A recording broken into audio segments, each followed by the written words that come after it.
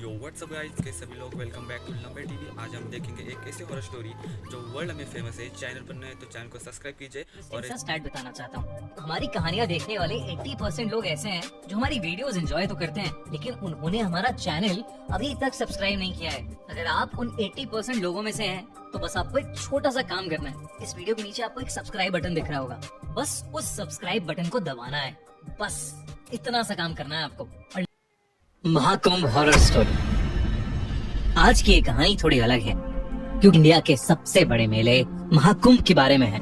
रौनक त्रिपाठी, एक 19 साल का नौजवान, अपने माँ बाप और बड़े भाई अमित के साथ 2012 में पहली बार इलाहाबाद के महाकुंभ मेले में गया था। महाकुंभ का मेला बहुत पवित्र माना जाता है और इसका अनुभव अस्तित्व को बदलने वाला माना जाता है।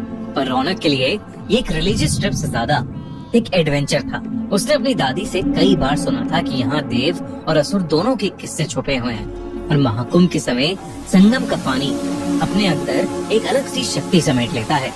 रौनक अपने परिवार के साथ संगम के पानी में स्नान करने पहुंचा तो उसने देखा कि वहाँ हर तरफ लोग मंत्रों का उच्चारण कर रहे हैं और हवा में धूप की सुगंध है। स्नान करते वक्त रौनक ने एक अजीब सी गर्मी महसूस की, जैसे उसके आसपास का पानी उबल रहा हो। उसने बात अपने भाई अमित को बताई, लेकिन अमित ने हंस के बोला, ये तेरी इमेजिनेशन है रौनक, संगम का पानी पवित्र होता है। लेकिन रौनक का मन बेचैन होने लगा था। शाम के वक्त पूरे परिवार ने मेले में घूमने का प्लान बनाया। हर तरफ साधु और संतों की भीड़ थी। महाकुंभ के पूरे मेले में बड़े बड़े स्टॉल्स लगे हुए थे। तभी रौनक की नजर एक अलग से दिखने वाले साधु पर पड़ी, जो एक कोने में बैठा था। उसका चेहरा आसमान की तरफ था, आंखें सफेद जैसे दूध की हों और उसके होठ कुछ अनजान शब्दों का जाप कर रहे थे। रौनक एकदम से उसकी तरफ खींचा चला गया। रौनक ने अमित से कहा, अमित चलो देखते हैं ये बाबा क्या कर रहा है। वो साधु अपने ध्यान में लीन था और अमित ने रौनक को बोला कि उसे तंग करके उसकी भक्ति को भंग नहीं करना चाहिए। लेकिन रौनक ने अमित की नहीं सुनी और वो बाबा की तरफ चलने लगा। बाबा के पास पहुंचते ही उसने देखा कि वो बाबा अब भी अपने ध्यान में ही लीन थे। उसने उन्हें 2-3 बार आवाज लगाई, पर उन्होंने कोई भी जवाब नहीं दिया। फिर मजाक के तौर पर रौनक ने पास से एक लकड़ी उठाई और बाबा को उस डंडी के तीखे कोने से छुआ। बाबा की आंखें एकदम से खुली और रौनक की ओर गई। रौनक को लगा कि बाबा शायद उससे गुस्सा हो गए हैं, पर उन्होंने मुस्कुराते हुए रौनक को देखा और कहा, आ गया तू, तेरा ही इंतजार था। रौनक एकदम से थोड़ा घबरा गया। आप मुझे जानते हो बाबा? इस बात का कोई जवाब बाबा ने नहीं दिया। बस उन्होंने अपने गले से एक माला निकाली और रौनक के हाथ में रख दी। बाबा ने कहा, ये ले और रात को ये माला पहनकर सो जाना, कल तुझे सारे जवाब मिलेंगे। रौनक ने बिना कुछ सोचे उस बाबा से वो माला ले ली और वापस अपने परिवार के पास आ गया। उस रात रौनक ने माला पहनकर सोना शुरू किया। जैसे ही उसने अपनी आंखें बंद की, उसके सपने एकदम अजीब और खौफनाक हो गए। उसने देखा कि वो एक अंधेरे जंगल में खड़ा है।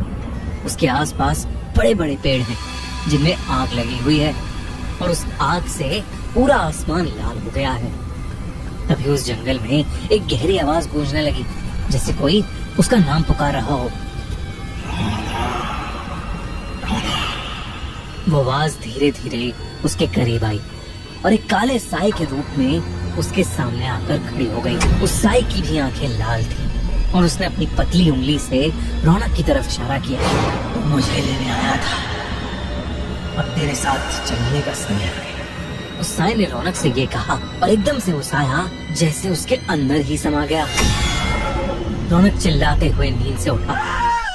उसकी शर्ट पसीने से भीग चुकी थी। उसने माला को देखा, जो एकदम से बहुत ज्यादा खौलती हुई गर्म हो गई थी। रौनक ने तुरंत उस माला को निकालकर जमीन पर फेंक दिया और फिर से चादर तानकर सो गया।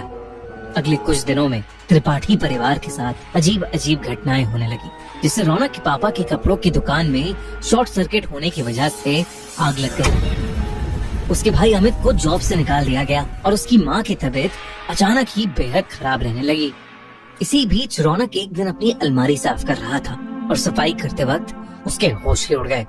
अलमारी के अंदर से उसे वही माला मिली जो रौनक ने कुछ दिन पहले ही फेंकी थी। उसने अपनी मम्मी से बात की तो उन्होंने बताया कि वो माला उन्होंने ही संभाल कर अलमारी में रख दी थी।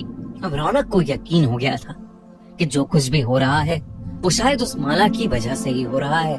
उसने इस बार उस माला को जाकर कचरे के डब्बे में फेंक दिया। अगले दिन रौनक अपने रूम में लैपटॉप पर कोई टीवी शो देख रहा था। तभी उसे ऐसा महसूस हुआ जैसे उसके ठीक पीछे कोई खड़ा है। रौनक भी पीछे मुड़कर देखा पर वहाँ कोई नहीं था। लेकिन जैसे ही रौनक ने वापस मुड़कर देखा, उसके कमरे के एक कोने में वही लाल आंखों वाला काला साया खड़ा था जो रौनक के सपने में आया था। उसे देखकर रौनक इतना डर गया था कि उसकी आवाज ही नहीं निकल रही थी। वो काला साया धीरे धीरे रौनक के करीब आया और बोला, संगम वापस आ जा। रौनक चिल्लाते हुए अपने भाई के रूम में भागा और घबराते हुए अमित से बोला, अमित वो साया वापस आ गया है और वो मुझे संगम बुला रहा है। अमित को रौनक की बात समझ नहीं आई। उसने उसे समझाया कि ये सब रौनक का वहम है और वो उसे कल सुबह मंदिर ले जाएगा जिससे शायद उसका डर दूर हो जाएगा। पर रौनक उस रात सहम गया था। अगले दिन सुबह वो बिना किसी को बताए बस में बैठकर इलाहाबाद के लिए निकल गया। बस रात को चाय पीने के लिए रुकी। चाय पीकर जैसे ही रौनक ने वॉलेट निकालने के लिए अपना बैग खोला, उसकी रूह कांप गई। रौनक के बैग में वही माला पड़ी हुई थी। रौनक ने एक लंबी सांस ली और खुद को समझाया कि वो महाकुंभ जाकर उसी बाबा से मिलेगा और सब कुछ ठीक कर लेगा। और वो पैसे देकर बस में जाकर बैठ गया। पूरे सफर में रौनक को महसूस होता रहा कि वो काला साया कहीं न कहीं उसी के साथ है, बिल्कुल उसके करीब। अगली सुबह महाकुंभ पहुंचकर रौनक सीधा भागकर उस मेले में उस बाबा को ढूंढने लगा। और जैसे ही वो बाबा उसे दिखे, वो उनके चरणों में जा गिरा और फूट फूट कर रोने लगा। उस बाबा ने गुस्से में उससे कहा, मूर्ख, अब क्यों आया है मेरे पास? तूने एक साधु की आराधना भंग की थी, अब तो उसका दंड भुगत। रौनक के आंसू रुक ही नहीं रहे थे और वो अपनी गलती समझ गया था। उसने उस साधु से रो रो कर माफी मांगी। कुछ समय बाद उस साधु को रौनक पर दया आ गई और उसने रौनक से माला वापस लेकर अपने गले में डाल ली। अचानक ही रौनक को माला के जाने के बाद बहुत हल्का सा महसूस होने लगा। रौनक ने देखा कि वो काला साया बाबा के सर के ऊपर खड़ा है और कुछ ही देर में वो बाबा के अंदर ही समा गया। उस दिन रौनक ने एक बार फिर महाकुंभ में स्नान लिया और वो समझ गया कि कभी किसी भक्ति में लीन साधु को डिस्टर्ब नहीं करना चाहिए। घर आकर उसने सब कुछ अपने परिवार को बताया। धीरे धीरे उसके परिवार पर आई प्रॉब्लम्स भी दूर होती चली गईं। रौनक और उसकी फैमिली इस साल प्रयागराज में हो रहे महाकुंभ में फिर से जा रही है। आप में से कितने लोग महाकुंभ के बारे में जानते हैं? और अगर हाँ, तो कितने लोग महाकुंभ में जाने का प्लान कर रहे हैं? हमें कमेंट सेक्शन में जरूर बताइए। तो बस आपको एक छोटा सा काम करना है। इस वीडियो के नीचे आपको एक सब्सक्राइब बटन दिख रहा होगा, बस उस सब्सक्राइब बटन को दबाना है।